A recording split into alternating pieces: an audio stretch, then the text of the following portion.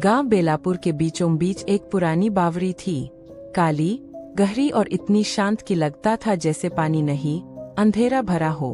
लोग कहते थे कि बावरी में एक औरत की आत्मा रहती है, जिसे सब काली मेहर के नाम से जानते थे।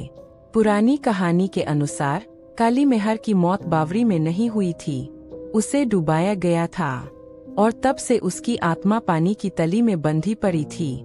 लेकिन जो भी रात को उस बावरी के पास जाता, वो कभी सुबह घर नहीं पहुंचता। एक रात गांव का लड़का श्यामू अपने खेत से घर लौट रहा था। रास्ते में काली बावरी पर से गुजरते हुए उसने सुना कोई धीरे धीरे रो रहा था। पहले लगा कोई औरत बैठी होगी, पर ध्यान से देखने पर पता चला रोने की आवाज पानी के अंदर से आ रही थी।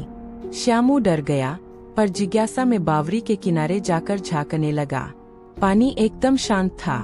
तभी नीचे से दो सफेद हाथ ऊपर उठते दिखे, जैसे कोई उसे पकड़ने आ रहा हो। श्यामू चीख मारकर भागा और अगले दिन पूरे गांव में यही खबर फैल गई, काली मेहर वापस जाग गई है।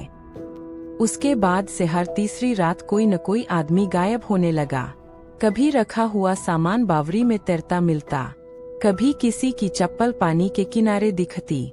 गांव वाले बोले, जो भी उसकी आवाज सुन लेता है वो बावरी की ओर खिंच जाता है, जैसे कोई अदृश्य हाथ उसे बुला रहा हो।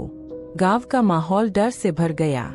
एक दिन गांव की बुजुर्ग दादी ने सबको इकट्ठा किया और बोली, काली मेहर को गांव वालों ने ही मारा था, क्योंकि उन्हें लगा वो जादू टोना करती है। असल में वह गरीब, अकेली और साधारण औरत थी, लेकिन गांव की अंधी मान्यताओं ने उसे डायन समझ लिया। गांव के 4 आदमियों ने मिलकर उसे बावरी में धकेल दिया था। दादी ने धीमे से कहा, मरने से पहले उसने कहा था, जो भी मुझे गलत समझेगा मैं उसे अपनी तली में ले जाऊंगी। उस रात हवाओं में अजीब सी गंध फैल गई, गारे, मिट्टी और सड़ी हुई लाश जैसी। गांव के बच्चे रोने लगे, कुत्ते घरों में छिप गए और ठीक आधी रात को अचानक बावरी का पानी उबलने लगा, जैसे कोई आग के बर्तन में काला पानी गर्म कर रहा हो।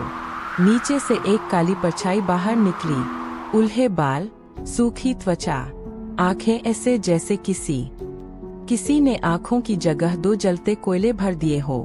उसने पूरी बावरी से घिसकती आवाज में कहा, मेरे पास जो कुछ है वो पूरा लेकर जाऊंगी। काली मेहर एक एक करके उन 4 आदमियों को ढूंढने लगी। पहला मिला अपने आंगन में मरा हुआ, उसके पैर ऐसे मुड़े थे जैसे किसी ने खींचकर तोड़ दिए हो। दूसरा आदमी बावरी के किनारे बेहोश पड़ा मिला, उसके गले से कीचड़ निकल रही थी। तीसरा आधी रात को खेत में गायब हो गया, सिर्फ उसकी चप्पल और एक टूटी हुई कलाई मिली। चौथा आदमी भागता हुआ बावरी की तरफ गया, जैसे कोई उसे घसीट रहा हो। गांव वाले टॉर्च लेकर पीछे दौड़े, पर जब पहुंचे बावरी से सिर्फ एक हल्की सी सिसकी निकली।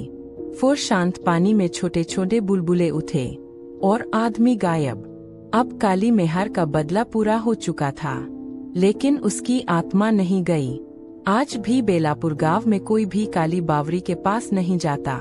कहते हैं, अमावस की रात अगर चुपचाप खड़े हो जाओ तो पानी के अंदर से एक धीमी आवाज आती है। सच को दबाने वालों का अंजाम यही होता है। और कभी कभी पानी के बीच से एक सफेद हाथ ऊपर उठते हुए दिख जाता है, जैसे किसी को अभी भी खींच कर ले जाना बाकी हो। अगर आपको हमारी कहानी पसंद आई हो तो कमेंट करके हमें बताएं और सब्सक्राइब करना ना भूलें।